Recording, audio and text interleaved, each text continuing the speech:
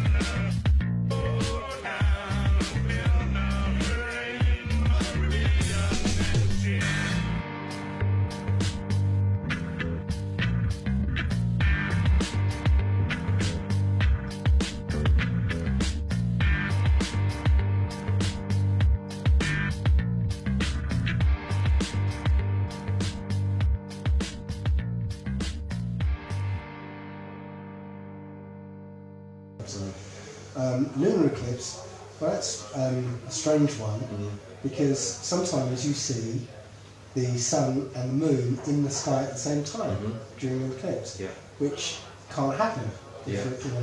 So I don't know how the eclipse works, but we shouldn't see the sun and the moon in the same sky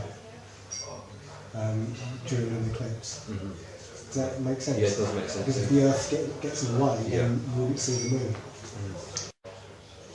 Yeah, what about moon phases and the traces on the moon? Right, this is another interesting one, and I don't have all the answers yet. But moon phases, well, if we were in a sort of globe model,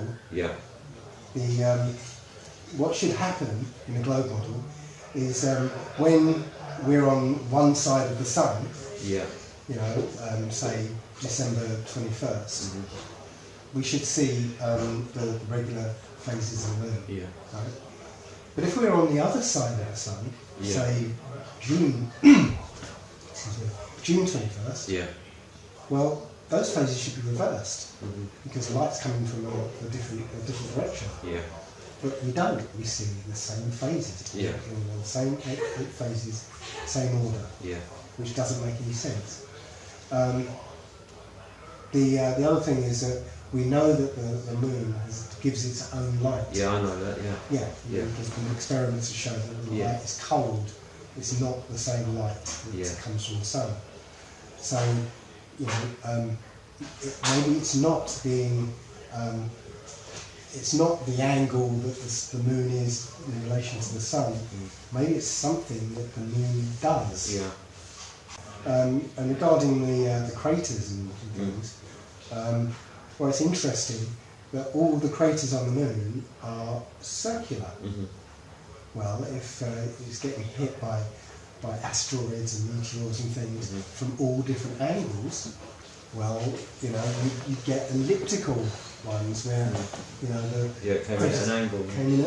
It can't all come down at 90 degrees to the and to the we've never surface. seen one physically hit in our lifetimes, or even in our whole history. So. And I also ask, since we only see one side of the moon, we only ever do, we only ever do, it means that that side is a side that's protected by the Earth.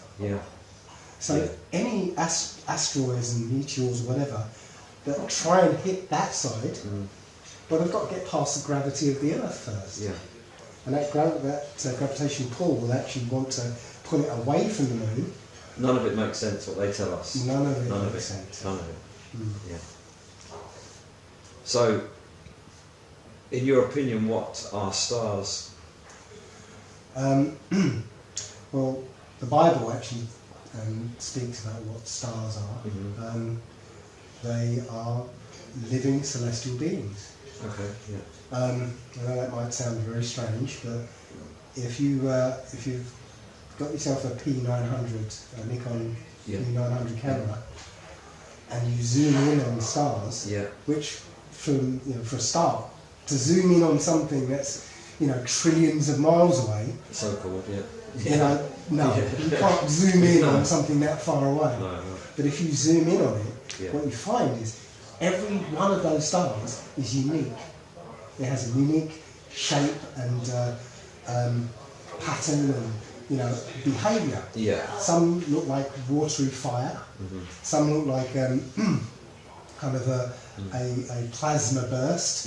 Some of them look like wheels within wheels. Others, every one of them. They all appear to have like a watery film, in my opinion, suggesting that maybe outside the firmament is water.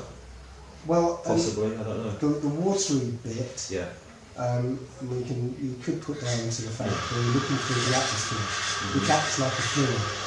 So. But also the Bible does say the water's above and the water's below. So possibly there could be something in that as well. But again, we don't know. We don't actually know what the firmament is, how thick it is, whatever. And I don't believe that anyone's actually been up that high to investigate for themselves either. No. As far as I can tell, we can't get higher than something like 75 miles. Right. That seems to be the burning point, or the point where atmosphere becomes too thin, or. Well, no, there was a rocket, an amateur rocket. Yeah, I saw that. Go faster rocket, and it got up to 75 miles and hit something. Yeah. It's like, it's spinning wildly as it's going up. Yeah. It's really hard to watch. Yeah. But it's spinning wildly and then boom. Yeah. And then it stops. Yeah. And then it falls back.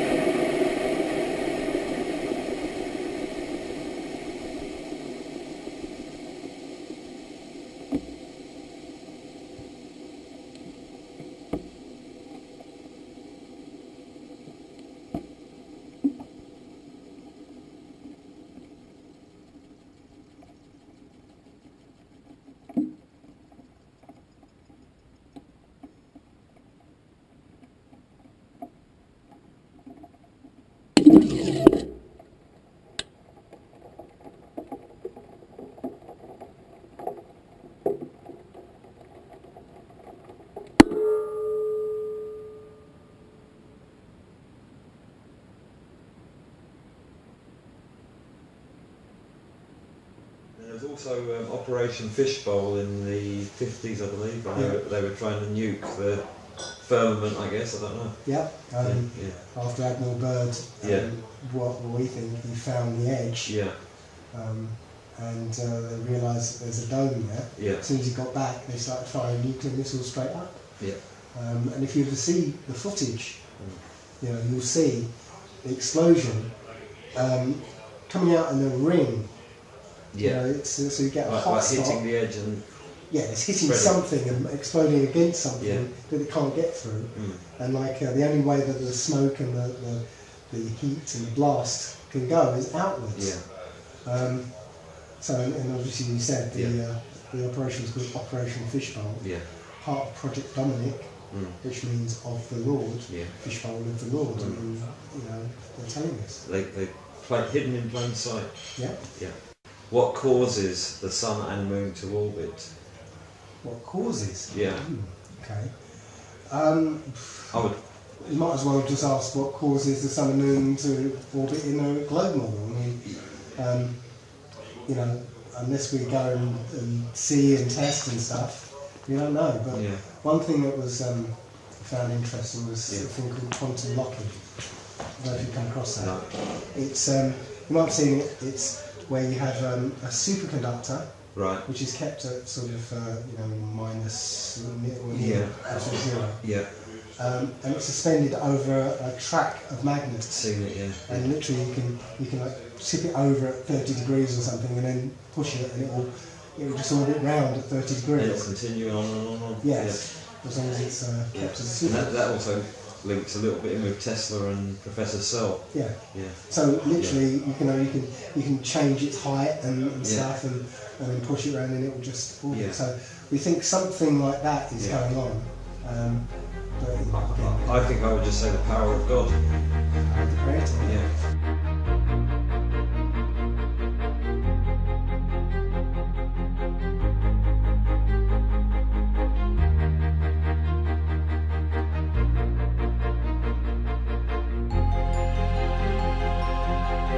So we have quantum locking. The superconductor is locked in space, and it stays wherever I put it. It's superconducting. It's frozen with liquid nitrogen. Upside down, right? And it stays locked. So the fact that it's superconducting is locking the magnetic field in 3 dimensions, right? Yeah, exactly. And that's pivots. Because this is symmetric, it can rotate without break the locking. The locking doesn't break. You see, if I can move it on the side, it will again pivot around the axis of the magnet, because it makes sure that the magnetic field inside of it stays the same.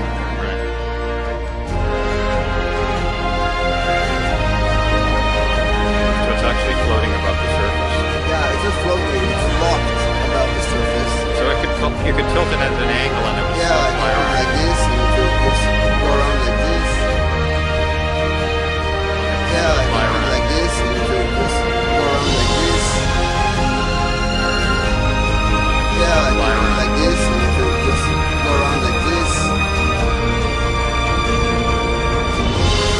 You could go and put it at different height, and then like this. Lock it at the height. Lock it, yeah, different height, different configuration. And I can even lock it the opposite way. So you can just hold it high. And doing the same thing. And locking it upside down. And then it will suspend. Fantastic.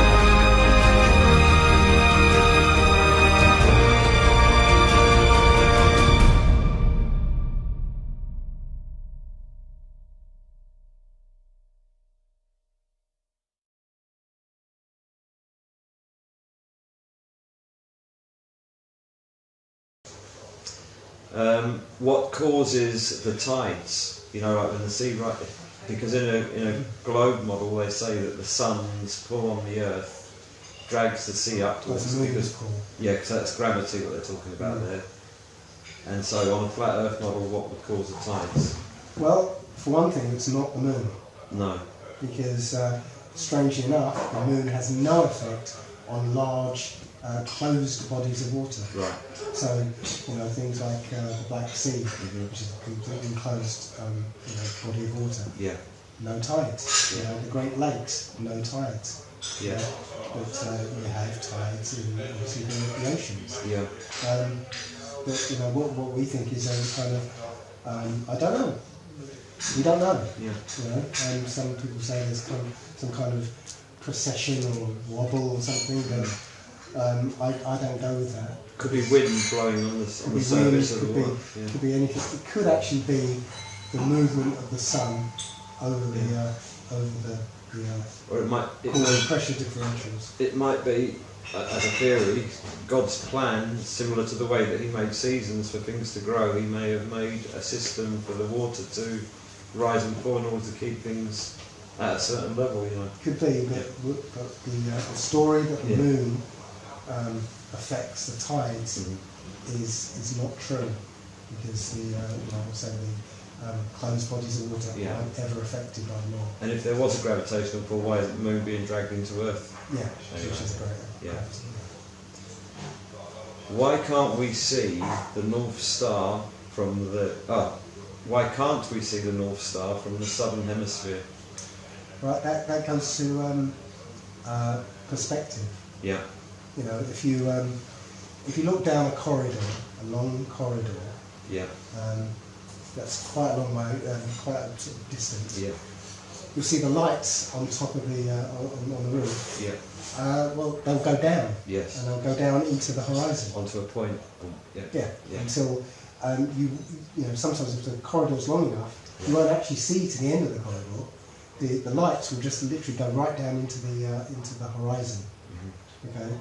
And that's what happens when you're far enough away from the North Star, which you know, for most places it's directly above. Yeah. But if you get further and further away, the North Star will appear to go lower and lower in the sky until it's beyond your ability to see it. So the human eye can only see so far, and that's it really. The human eye sees in a pyramid. Yeah. Okay, so the ground raises up to your horizon line, to your eye line. Yeah. And the whatever's above you sort of goes down to your horizon line. And anything that goes past the vanishing point, you know, it's just beyond your ability to see. Okay, what causes the northern lights? Again, you know, we've been given a story of what causes the northern lights. That the sun, you know, sends out particles that get trapped in the magnetic field. Yeah. But it's a story, and the same story could work for the flat Earth as well. True. How do you explain earthquakes and volcanoes? Right, so again, some of these things work the same way on, Yeah. on a ball as it does on the flat Earth. Yeah, I would say we have hot lava under the crust of the Earth, which occasionally makes its way up, and when it cools down, it makes a volcano. Yeah, it's a great way of making land as well. Yeah. You know, you can imagine if the Creator said, "Let there be land." Yeah. All of a sudden, all this lava comes up from the bottom of the sea, and then you've got land. You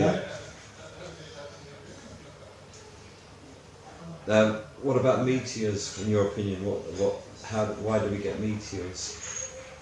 Right. Well, I actually think of meteors as again the demons and the fallen angel type creatures. You know, they can look like anything they want to. Yeah. And you know, the Bible occasionally describes them as light from the sky. Yeah. You know? And I think that's what they are. You know. Excuse me. Yeah. We've seen lots of so-called UFOs. Yeah. Of these lights that aren't moving like meteors, but moving kind of very independently. Yeah. I just believe they're again these celestial beings that are trapped here on Earth. Yeah. And what do you believe is beyond the firmament? That's just like saying, what's on the other side of the universe. And Yeah. I personally think there isn't anything beyond the firmament. I think we're in a bubble of space and time. I like to believe that it's as the Bible says, since we want to follow the Bible, that we're in a kind of a bubble, and outside is water. The water's above. So we're in a bubble which is inside a mass of water, and the water is above us and below us, and the firmament keeps us separated from that water, and God allows that in when needed, if you like. Well, again, I think I see this as a bubble of space and time. Yeah. But beyond it, there is no space, there is no time. Right. Yeah. And that's where the Creator lives in a place where there's no space or time. So everything that's gone on here, has already he's seen it all. It's already been. It's been and gone. Been and gone. Yeah. And we're having to plod through it one page at a time. Yeah. But outside this realm, it's already done. Yeah. And there is nowhere outside of here. Yeah. This is the only place with space and time. Yeah. Okay. How are seasons separated? I guess. Yeah. Right. Well, the sun doesn't literally go over the equator as it circles round. It literally does a spiralling action where it goes from the Tropic of Capricorn and then into the Tropic of Cancer and then back out again. And that causes the seasons, just in the same way as the globe model. Yeah, and I guess some areas on that circle take more sun than others, meaning some areas have got more vegetation than others. Well, the average, the average would be the equator. Yeah. So it doesn't, where it's going between the tropics. Yeah. The average place which gets the most sun would be the equator. Yeah. So. Yeah. Right. What do you think about 6 months daylight and 6 months darkness in the poles? Is it true? The 6 months of I don't know if it's 6 months of daylight in, say, the North Pole. They say that there's 24 hours of daylight in certain periods of time. Certain periods, yeah. You get in the summer. You get in the North Pole. I guess what they're saying is, do you believe that they're telling the truth when they say that? Well, I think in the North Pole, definitely. I mean, it's a given. There's a lot of people report that. In the South Pole, that's a different matter altogether. A few people report that, but there's not an awful lot of evidence that that's true. Yeah. I was actually speaking to somebody who lived at the bottom of Chile. Yeah. And almost the nearest point to the nearest point. Yeah. And I asked, you know, do you ever get sort of 24 hours of sun? And they said no. No. So okay. I actually won an argument about that by calling her in and said, look, you live there, what do you say? And she said, no, we never got. Yeah, and of course we're not allowed to go to the South Pole to see for ourselves because of the treaty. Exactly. Yeah. But you know, because Antarctica is a very strange place. Yeah. You know, there could be all sorts of things going on down there. Yeah. There could be another sun, since we know that there is possibly more land beyond the Antarctica. Yeah. Well, that land should have some sun. Or the physical wall of the firmament could be there, which gives us the northern light. Who knows? I mean, you know. Yeah. My model, I'm going with, again, speculation, is that you have the disk of the Earth, you have a band of Antarctica, and then you have more land, according to that Buddhist map. Right, okay, yeah. So you have all these other continents. But then do you get eventually and then you get the firmament. And do you believe that Admiral Byrd found the firmament? I think so, because because Admiral Byrd. Yeah. One thing that was really interesting was that after he came back from Operation Deep Freeze, the Encyclopedia Americana basically says about Antarctica that there's a dome at 13,000 feet. Right. And what was interesting is that he went out with lots of aircraft. Yeah. And half of them didn't come back. Yeah. So it sounds like he kept crashing into the dome. Potentially. Yeah. Flight from Istanbul to New York is taking 10 hours, but New York to Istanbul should take 9 hours. Do you find that strange?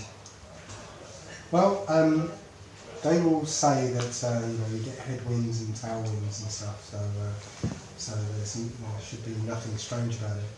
But what is interesting is that flights in the southern hemisphere, obviously because it's a disc rather than a ball, the distances are much greater.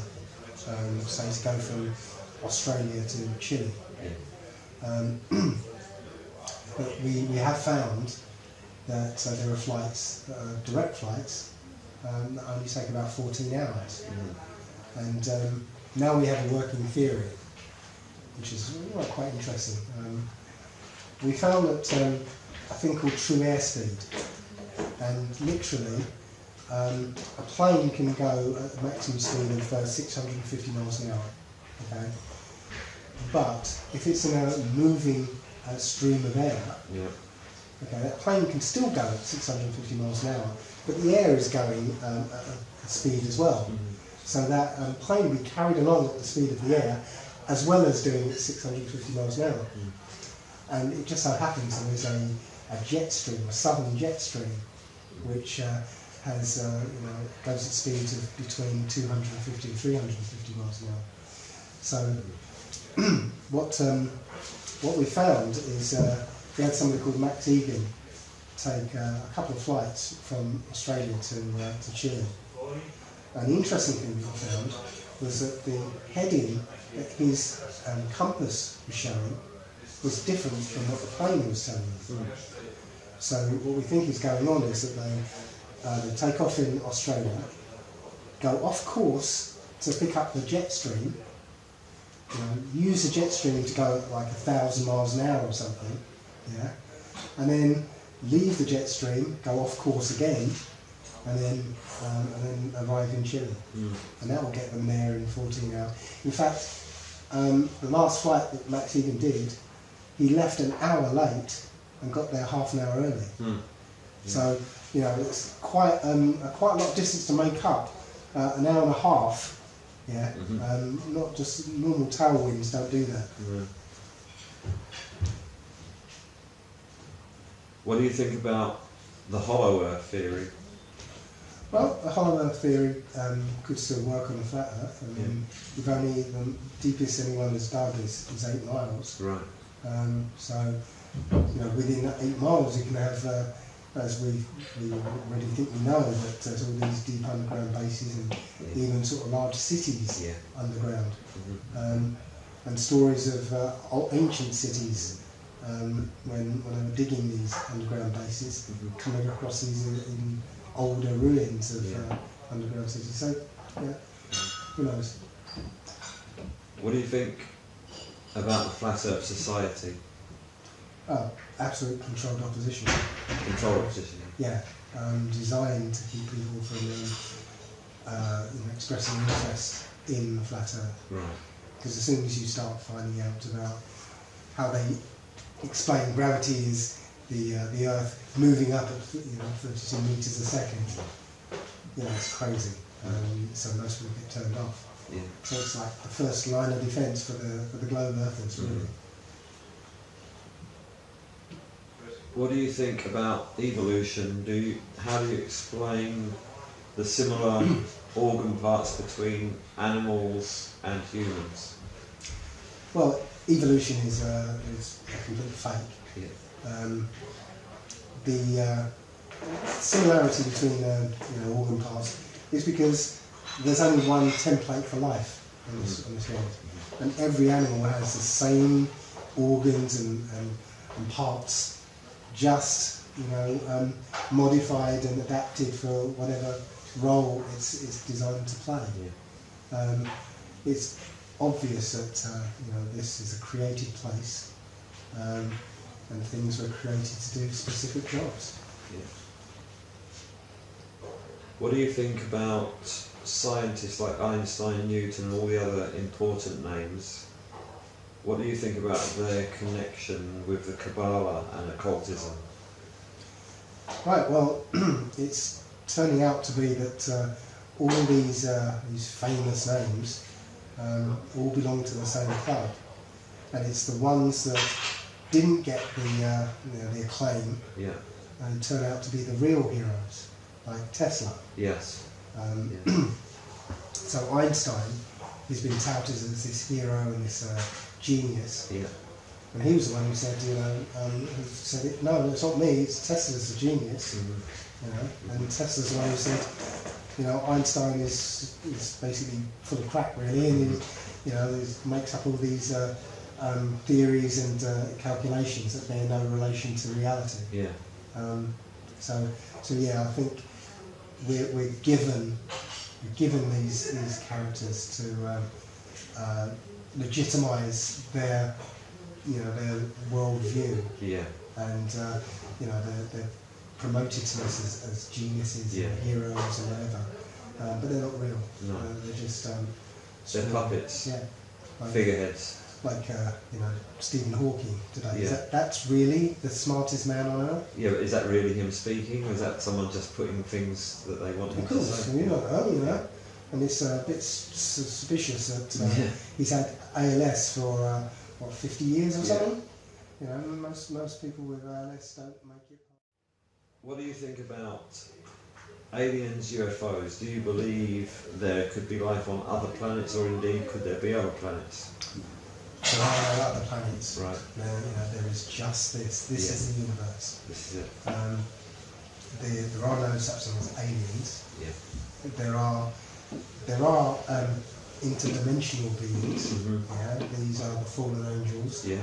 And the demons and came out of the Nephilim. Yeah, sure. What's interesting is that the people behind the event that turned public consciousness towards aliens, which was Roswell, were people like Jack Parsons and L. Ron Hubbard, Scientology, who were basically disciples of Aleister Crowley. So Aleister Crowley would conjure up these demons,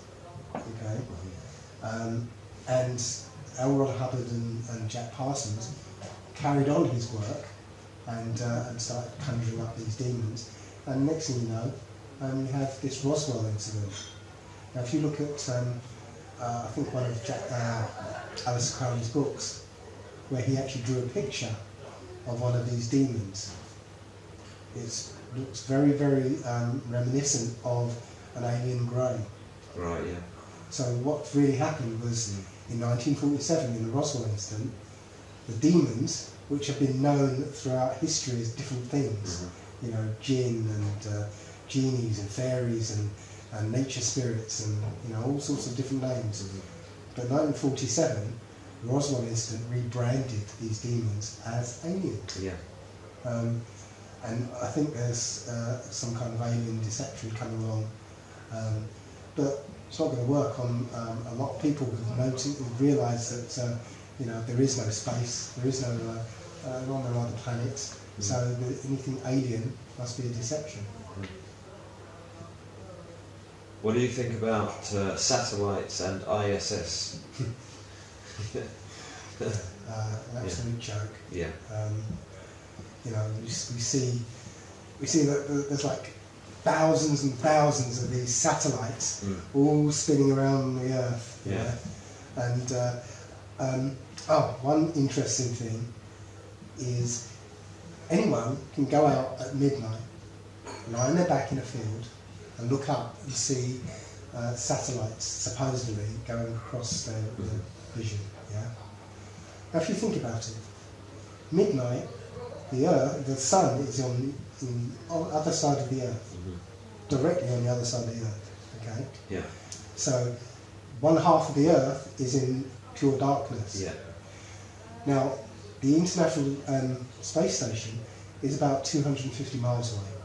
Now, if you look at the Earth and that distance of 250 miles, it's a tiny distance away from the Earth. Okay. And all the satellites are in varying sort of distances from about that distance. So, if you're lying on your back, right there on the other side of the Earth from the Sun, and you see a satellite going across your vision directly above you, how is it getting its light? Yeah. Because it's literally in the shadow of the Earth. Yeah. Yeah. There's no way that the sun can illuminate it, and they don't have lights on them. No. So, you know, what is that thing? It's certainly not a satellite. I've heard another thing on that. A satellite would be about the size of a mini car. At 200, would you be able to see a mini 250 miles away?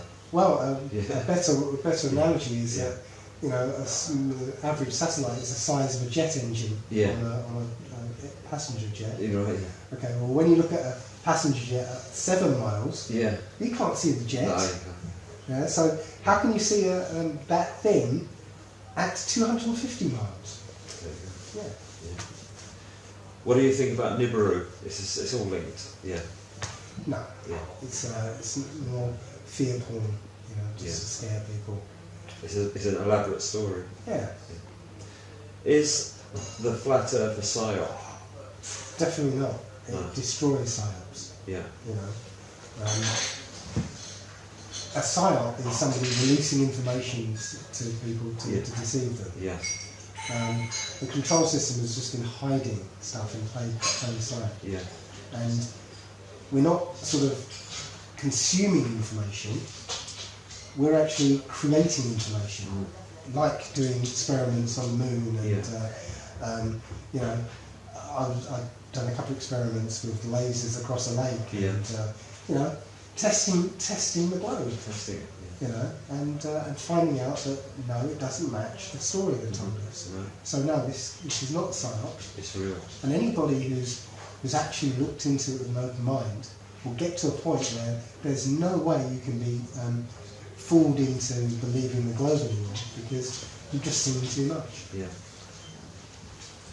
Do you believe in the reptilian race, and what do you think about them?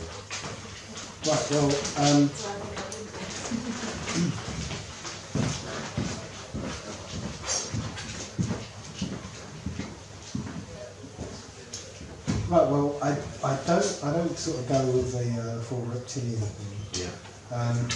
But I do know that the Bible actually tells us that you know, in Genesis 6, the fallen angels basically came and mated with human women. Yeah.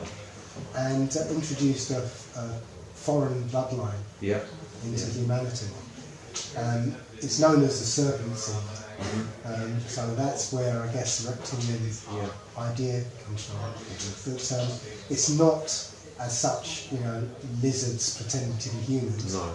I think it's a bloodline, an alien bloodline. Well, yeah. When I say alien, I don't mean, you know, but a foreign bloodline. Yeah, sure. That kind of predates on man. Yeah. And at the moment, it's that bloodline that's running the earth. Yeah. When you were in Turkey, when you talked about the flat earth to people, what was their reaction? Okay. The reaction tended to be, you know, sort of slightly amused smile. Yeah. Sometimes it's because, you know, my Turkish is nearly non-existent, Yeah. and most people I've talked to have, you know, poor English. Yeah. So I can never tell if they were like just humouring me, or they didn't quite understand what I was talking about. Yeah. So I didn't really get to talk very much to people about flat earth. Yeah. I've actually spoken to more people after I've come back. Yeah. Who've contacted me because they've watched the video. Sure, yeah. From Turkey. Yeah. Plenty have seen your video on LightAroundtheMoon Channel now. Oh, right, okay. Yeah. So you're gaining momentum there. Oh, wow, Yeah. okay. Cool. Okay, Dave, what's your last message to Turkish flat earthers and researchers of the truth? Just keep going. Keep testing, keep experimenting. The truth is out there. And you only have to open your eyes and look to see it. Yeah. You know? You have to dump your preconceptions of what you think the world is, and just be open, and the truth will be revealed to you. Seek the truth. Yeah, that's it. Someone said to me once, when you start looking for truth, the truth starts looking for you. Yeah. That's exactly it. Yeah. You know, you start looking, and all of a sudden, all this stuff comes to you, and sometimes it's terrifying. Sometimes it's very lonely, because most of the things you find out, you can't talk to people about it. Yeah. And flat earth is one of those. Yeah. You know, try and talk to somebody about flat earth. You know, you lose friends, and your family starts talking about it behind your back. But what you do is you gain other friends who've you know, opened their minds. Thanks very much, Dave. Oh, you're welcome. Thank you.